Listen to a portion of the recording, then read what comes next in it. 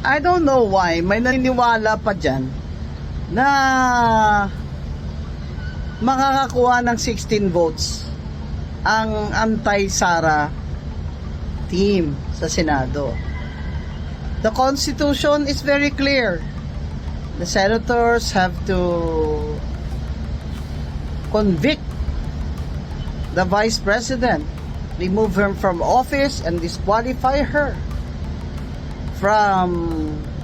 perpetually from holding public office if they get 2/3 of the vote of the total senators. That means 16. Eh ngayon 11 lang sila, kahit bumoto pa yung dalawa, si Zubiri at si Ejercito, pabor sa pagtanggal kay Sara. But if they do that, that's their kiss of death.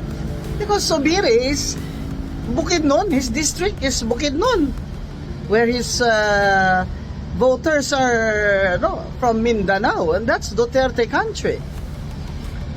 Ay nako, hindi magmamarko sa mga tao sa Bukidnon. Hinding-hindi. Hinding-hindi. Kaya, baka mag-abstain pa nga siya, like he did dito sa eleksyon ng Senate President. Ganon din si J.B. Ejercito, na sinabi na niya na malamang hindi talaga siya boboto pabor sa impeachment. Now, they need 16 votes of the total members. Ilan ba total members? 24, 24. Eh ma'am, wala na po si Bato. Kahit na mag-absent pa yung kalahati dyan sa 13. Counted yun sa total number of senators na dapat makakuha silang 2/3 or 16. 16 nga, kulit nyo eh. Kaya nga nagpa-plan B ng BBM gang. Kasama na sa BBM gang yan, si Narisa Ontiveros. O kayo naman, masyado naman kayong panaib dyan. Kasama na yan sila sa BBM gang. Kaya ang plan B nila, ang plan B ng BBM gang ay CONAS, Constitutional Assembly, yung mga congressman at senador mag-a-amend ng konstitusyon para ma-extend ang term ni BBM, ma-extend ang term ng mga congressman. Mga hinayupak kayo. Abot na naman Supreme Court yung gagawin nyo, magkakagulo na naman tayo. Bagsak ng stock market, ang peso ay halos wala ng kwenta.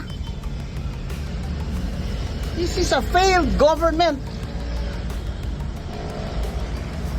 Ayaw nyo pa rin makita na itong lahat na ito may kasalanan si BBM gang. Tapos gusto nyo pa manalo siya. At sumama naman kayo. Sasama pa kayo sa BBM gang para manalo kayo. Ano ka ba, Risa Ontiveros? Kung sa bagay, nahina ka naman talaga. 16 votes mga kababayan.